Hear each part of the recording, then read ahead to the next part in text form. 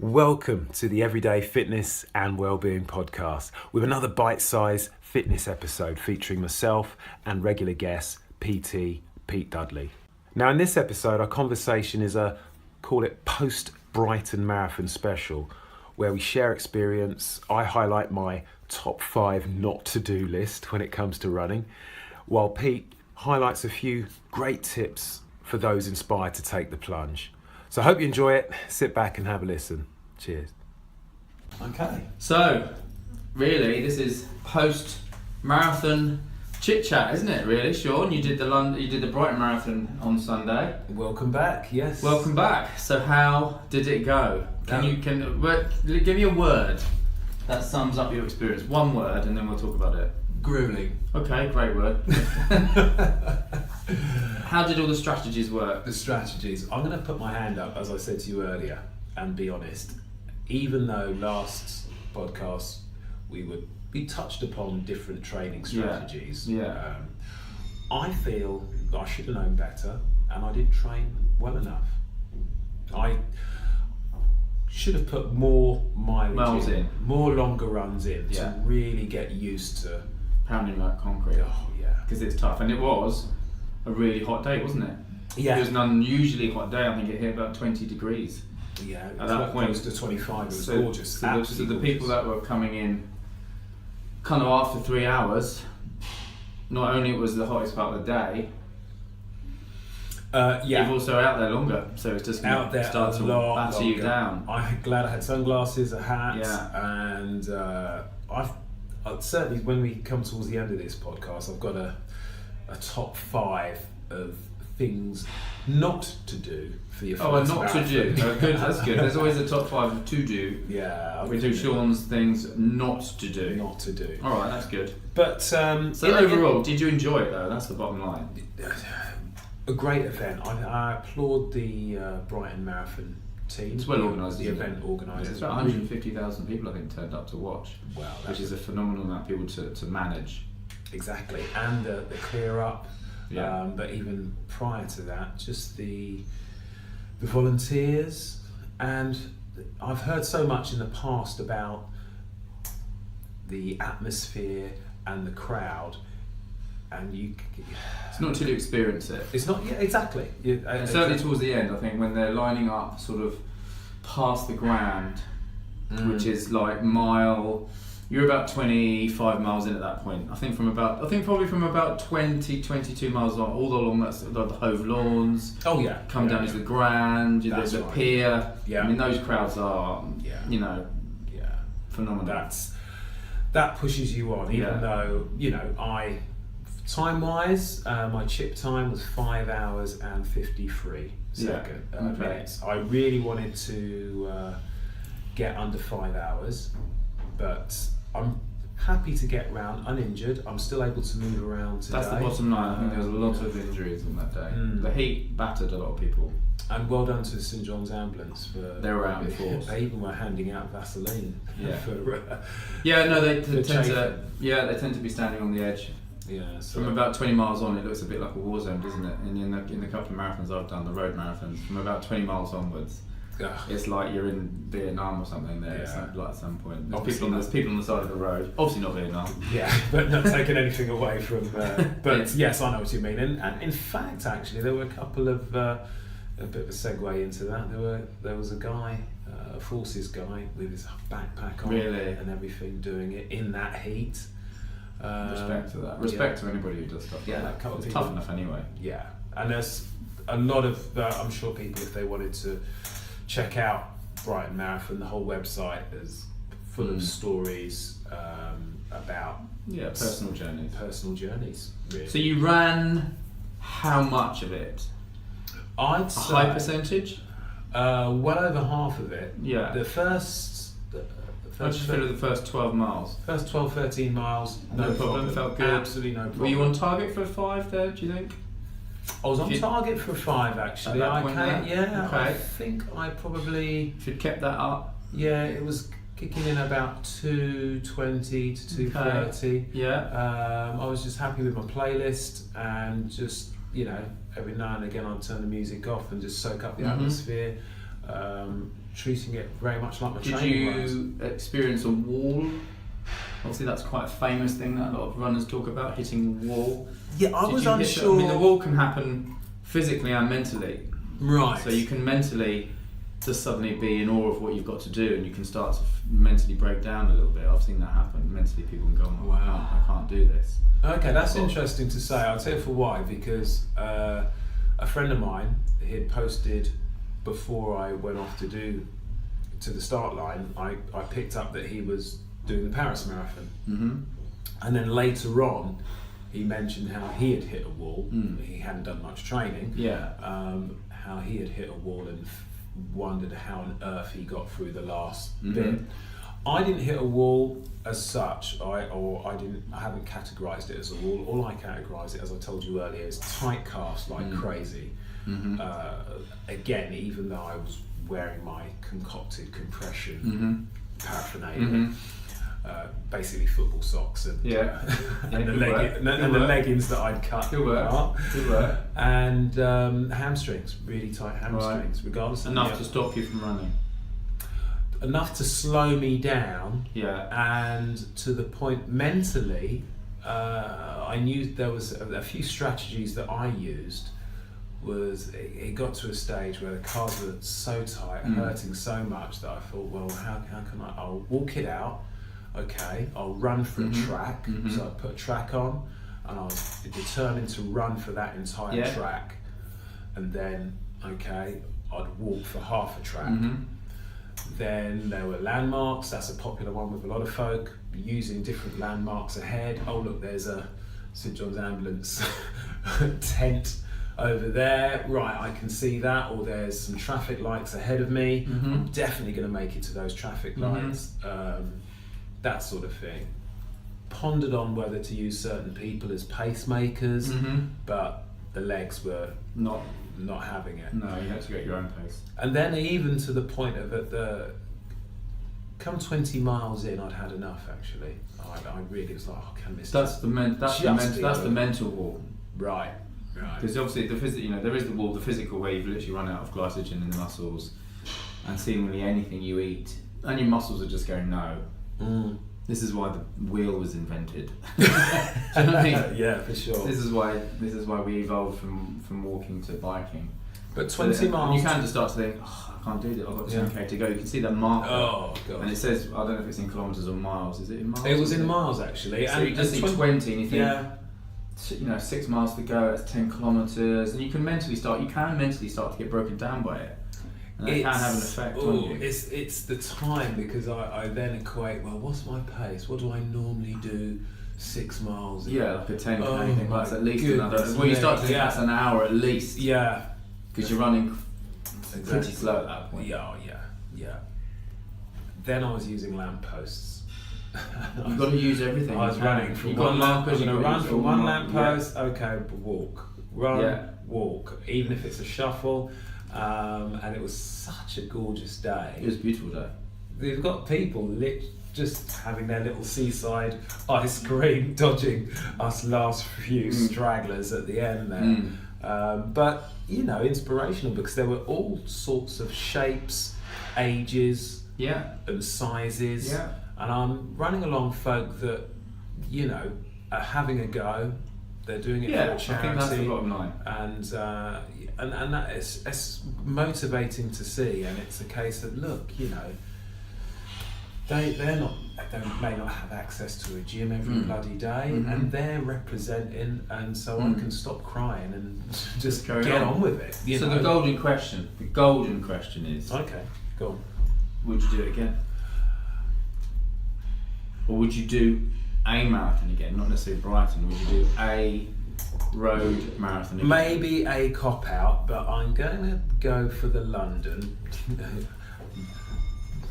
I will be extremely lucky if I am able to get in next year. You can keep trying. Yeah, exactly. Keep trying. It's a lot. And maybe that's the reason why I'm like, well. It is one. It is a good one to do. It's one of the top 5. It's on the It's on the World Marathon Series. So you've got the top 5. I think it's London, Berlin, Paris, New York, Chicago, I think.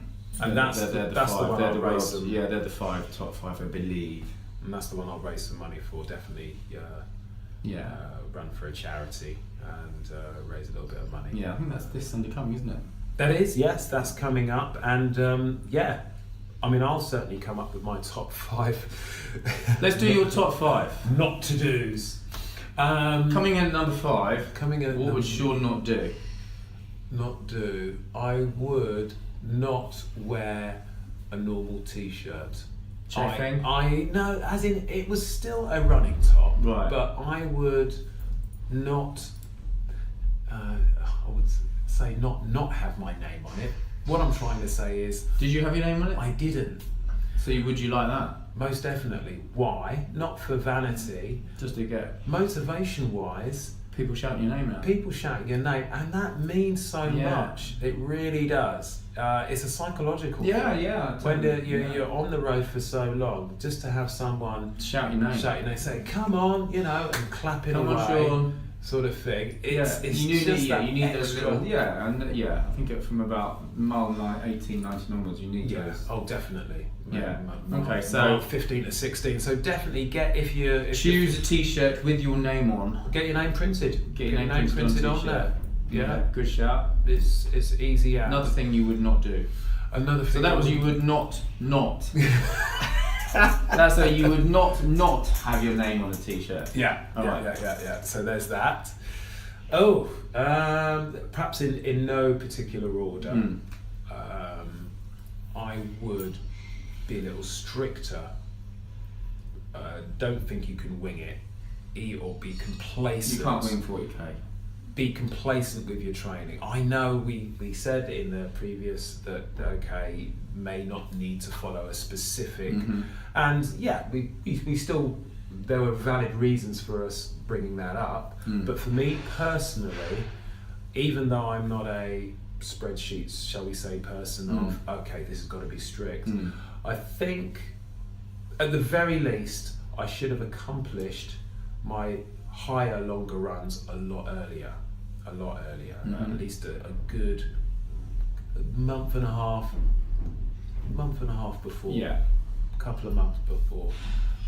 So I would not avoid, and this is rather clumsy speak, but this is really your to-do list, isn't it? This really is your things you would do, but you just put it in a slightly different way of doing it. Exactly. The screw-ups, the F-ups. Really. So make sure those long runs. Get your longer runs in a lot longer. Like a month before, you want to be peaking at your mileage. So you've got a month before. You want to hit that 20, 18, 19, 20 mile run, at least kind of like sort of 6th, 7th of March. And then and then it's done then. The body's done. I'd go as far as good 6 weeks before. Good 6 weeks just your legs are fresh. It's a timing issue and it's a motivation issue to want to do those runs. And I probably wouldn't move house in the middle of it. I mean, that's an aside. Yeah, that was sort of thing. Pot. But that's that one. Another one to throw in the mix. Food-wise, I wasn't too bad actually. You were alright on your food. I was pretty good. Fine. You had enough energy.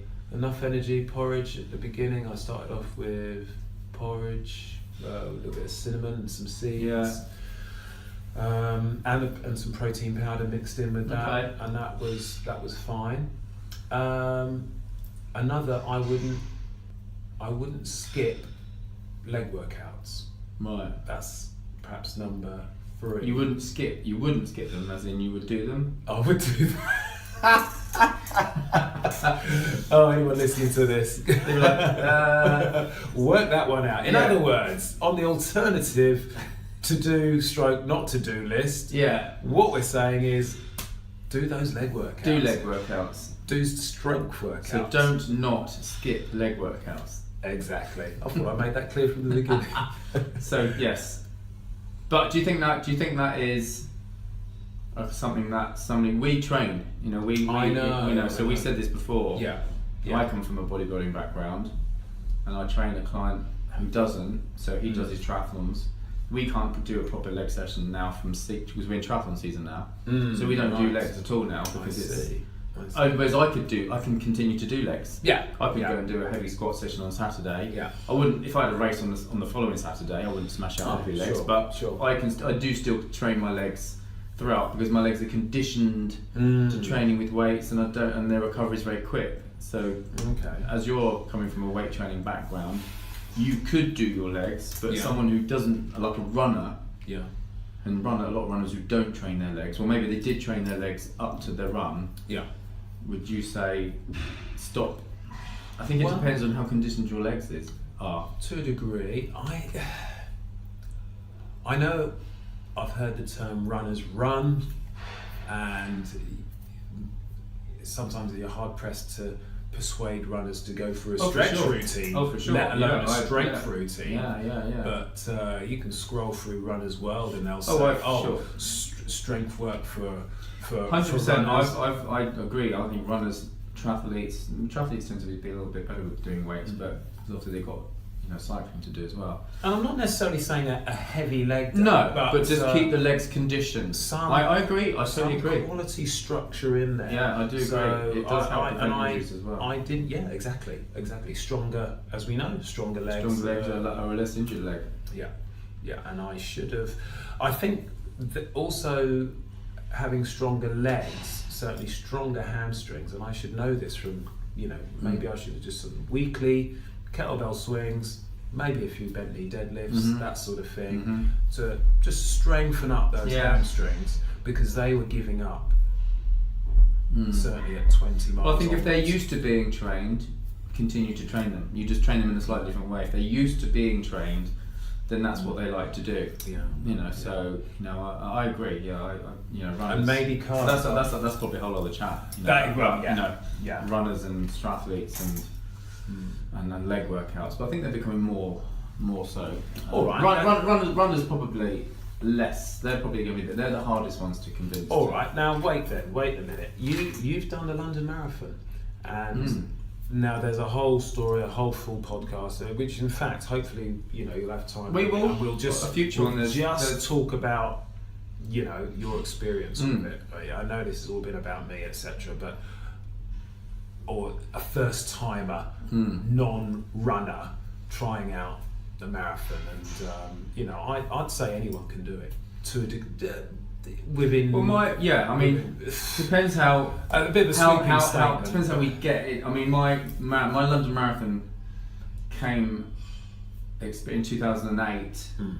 Came off the back of a crazy time for me. However, in the context of what we're saying here, in terms of physicality, were you doing any strength work? I know, and that's only nipping you in the bud from giving the whole story, which we're going to talk about later. Yeah, so without going over the whole story about how I got into 2008, I was doing strength work, but that was probably all I was doing, and not a lot else. Okay. And I just suddenly decided that would have been hard. Yeah, so I probably spent 50% of my time on the bike for the. I didn't decide to do it until about the middle of January for the run that year. Goodness me. Yeah, as I say, it requires another podcast to say how come you didn't decide to do it until. Well, I'll tell you the story about why the decision to do the London Marathon came middle of January and how I did it and why I did it and etc. But I was doing a lot of weights. Okay. I'll say a lot of weights. I was doing more weights than anything, but I wasn't doing a lot because it came out of a rather crazy period. So half my training was probably running, half my training was probably on the bike. That's my default setting is bike, as that's my preferred thing. But as the other podcast we'll talk about, the desire to do the London Marathon was instilled at a very, very young age. Right. Or We'll explore that. Yes, we'll explore that another time. Now the London is coming up next Sunday. Week, next Sunday. Easter Sunday. Yeah, you're going to watch it, or do you find yourself having done it? Do you find yourself wanting to watch it? Do you know what I do? Because I find it's such a. I watched the London Marathon as a kid. Growing up. Maybe because of we won't spoil it. But I always watched it. And. My family are down this weekend actually, so I doubt it's unlikely that I'll watch it because we'll just be out and about this Sure. weekend. But if they weren't, yeah, I definitely would. I know it's on. Sure. I would chuck it on in the morning, and I'd have a look at the starters, and even if it's just a glimpse, even if I just chucked on 10 minutes and I'd have a little quick look, it's almost exactly. it's almost like a little homage. Yeah, slightly. It's like, yeah, I did that. Good luck to everyone. Good. Yeah. Yes, indeed, and that's maybe you could draw it to a close here, and indeed, wish everyone good luck to it. Yeah. And there may be people. Look, this time last year, I signed up on a whim, as we mentioned in the last one. I was like, look, if he can do it, I can bloody well do it. And I signed up, and there may be those listening to this who, or at some stage, who, whether it's the London or whether it's even a half marathon. Doesn't matter. That's still 20k. What would, off the top of your head, what would you recommend, or what tips would you give to them starting out? Someone's starting out. Or running. Yeah. They may. Or if they get inspired by a race. Yeah, that's it. Sorry. And they think, I'd like to do that race. Maybe it's like if they watch the London Marathon on Sunday. Yeah. And they think, you know what, that looks amazing. You know, those crowds, I'm going to do it next year. And if you haven't run, you've also ultimately, if you're thinking about doing the London Marathon for next Sunday for 2018, you have a year. Yeah. Which is fantastic. Yeah. Because it doesn't matter if you even get out of breath walking upstairs. Yeah. You can run a marathon from that point. Yeah. You have to just go out. You have to get yourself a pair of trainers. Go out and you run and you walk and you run and you walk and you keep increasing the run and lessen the walk. And it doesn't matter if you can run 100 yards to the shops. I had a client years ago and I said to her, right, where's your local shops? Oh yeah. She said, right. She said, I said, well, I don't, what it, like not like where you shop, even like a newsagent, convenience store. There's one literally around the block. I said, right, your first goal then is to run to the shop to get some milk or get a paper or get something. Give you a reason to go there. Yeah. Gives you that extra goal. Run to the shop. She says, I can't even run to the shop. You go to the shop. Yeah, you go there. You just go there. Yeah. So run as much as you can to the shop. Yeah. Get what you need to get and run or walk back. Just keep doing that every time. Your first goal then is to run to the shops. Yeah. Goal 2, to the run to the shops and back. Goal 3, now let's see what we can do. Chunk sizing it. Chunk. Yeah. And that's very non-specific, it's non-Excel spreadsheet, it's not all sporty, it's not a program, it's just it's not a running club. It's not running club. It's like you, and no one would know you're really doing it. And it doesn't matter if a lot of people feel, well, if I might look an idiot running. No, you won't. Put your trainers on, and you're just jogging to the local shop. No one will look at you. They don't care. If you stop halfway, people aren't thinking, oh, she couldn't even run to the shops. Yeah. People aren't thinking that because they don't know what you're doing. Sure. So whatever, if you don't have a local shops, don't worry. Maybe everyone has a local. There'll be some sort of beacon. Yeah. Whether there's the local park. Yeah. There's the local church, post, whatever. There'll be something close by that you think, could I run to that? Yeah. Don't make it too far. I mean, obviously, don't make it your local supermarket 8 miles away. Sure. Something that you could get to. Yeah, that you maybe walk to generally. It takes you 10, 15 yes, minutes. Exactly. Yeah. Find it, and that's what. And it just worked with her because I knew that's the way it works. So that's what it is. If you're inspired by Sunday, if you're inspired by the Brighton Marathon, or if you get inspired on Sunday, don't think you can't. Believe you can, and give yourself a long time to train. Think I'll do it this time next year. If you generally think, I couldn't do it, I'm not even fit enough to run down the road, well, fine. You've got a year. Yeah. You can train for a marathon in a year. What I would also throw in there is just harking back to my list. Yeah. We got to number 2, and there's still number 1. The to do, not to do list. The to do, not to do. Because I mentioned just a moment ago about running clubs. Not for everybody, but do you know what? I would throw in at number 2, either considering a running club or a running buddy. Yeah. Now I didn't have either, that's a good idea. but it would help with accountability and motivation. For sure. Certainly for those longer Both runs. of those. So that's... The running club will be accountability, motivation and structure. Yeah. So running buddy's awesome. Just gives you the let's go meet you down there, let's do it. Gives you the motivation and accountability. Run club will structure it, not necessarily for everybody. A lot of my think, oh, I can't do a run club. I'm not even fit enough to. I know exactly. Yeah. So maybe a run club, maybe. If you've done a few local runs yourself and you feel you need the structure of something, and that's the way your mind works. You think I could do running with people. Or those, and there's a lot of clubs that organise. There's the Jog Shop in Brighton. They famously organise local runs around town. They do like marathon runs. You like meet at all free. Meet at the Brighton Marina. And they go out and do 15, 16, 28, 18 milers. And of course, there's Park Run for starters. Park Run is 5k. That's global now. Yeah, it's global now. And it's on the global list. So that's great. I mean, that's a great thing to start. Yeah. Do the Park Run. Yeah, Park Run. I think number one. Well, like I said, in no particular order. Yeah. I did this one. I did a Brighton one for me and my kids. But if you're going to do a marathon, maybe definitely consider a charity. Actually, going for a charity. Again, that's even on a selfish level. There's an accountability there that you've for sure put your name out. You've said, right, you've got to raise X amount. You're doing it for a charity. Try and pick a charity that's close to your heart, or most definitely something which works. So that gives you an extra reason to at least I'm not whatever the charity is. So I did Born Free for London one, running for the animal charity Born Free because I'm a huge animal fan. And then when I ran across the desert, which is a whole other podcast, I ran for the kids with cancer.